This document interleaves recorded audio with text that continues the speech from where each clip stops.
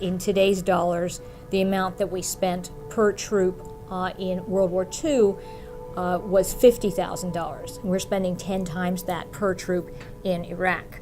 We can expect that the per troop cost in Afghanistan is higher than that. There is so much waste, so much inefficiency, so much absurdity in what we're doing at the moment. These enormous funds that did go out to Afghanistan, but they were given, the money was given to contractors who subsequently subcontracted, and by the time you get to how much money reaches the ground, maybe 40 or 50% of that money actually reached the ground for the projects, because all these subcontractors were taking 10% off as profit.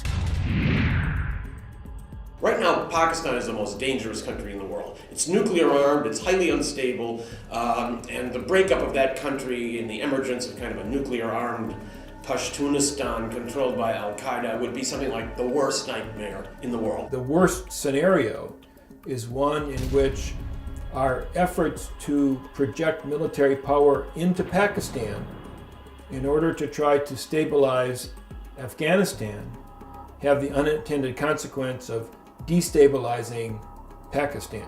It should be engraved on the minds of every American diplomat everywhere in the world. Do nothing that will further destabilize Pakistan.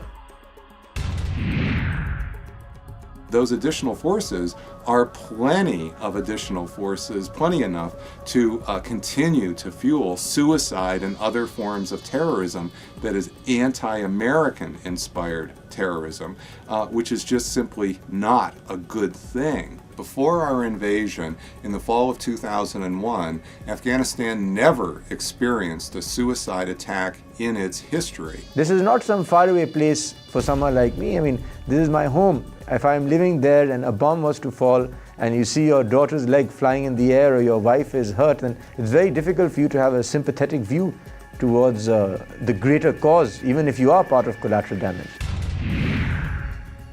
Civilians get caught in the middle. They're the ones who are getting killed, displaced, their houses destroyed, their farms ruined, their opportunities disappearing. دا مومنان وجه تیج ناس دوغنه کیریا واس موږ نه لرو چې موږ بیرته ورسو هغه طالبان کوم وجني کوم پرېږدي کوم امریکایان وجني اول موږ د خارجانو دغه سره ورکه چې وروره طالب راسي موږ د پکورو کې ټاک پرو کې دوی دا خاصه ګرد کلی بمباري وجه د نه دې خو مرګ راشه نو دا ژوند زبر څه دا سی افسوس دی ایم سره خپل په مرګ نه دی خوشاله زه د خدای په کور کې دغه ما ویل په منځه باندې درېدل چې خدای دې مان سره مر راکړي زه د ژوند کو پر رسول الله د ګناه ما په دې مسلمانانو نو وایي په دې چې مومنان مې وږي دا د قدر غواړي یو منار کې